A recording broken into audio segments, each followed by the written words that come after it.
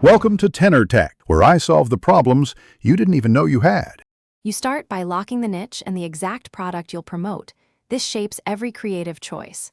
Once done, create your affiliate link and add UTM tags so you can measure clicks and conversions.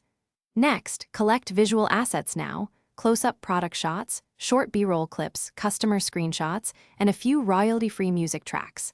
Make sure to organize them into folders labeled by angle. This immediate prep saves time when you begin editing and scripting your first face-free reel. You now build the reel. Open your editor and map a 3-15-second hook first so viewers don't scroll away. Once the hook is set, arrange 4 to 8 rapid cuts that demonstrate benefit, proof, and CTA, and use punchy captions to replace your face. Make sure to use hands-only demos, screen recordings, or kinetic text animations depending on the hook. Add a natural-sounding voiceover or high-quality TTS. Then balance levels and color correct so the product looks professional. You publish and monitor. Upload your reel with a clear CTA and optimized link in bio. Schedule 1 to 2 reels per day to gather data quickly. Once live, track clicks, CTR, and conversions and compare hook performance. Make small changes every 3 posts.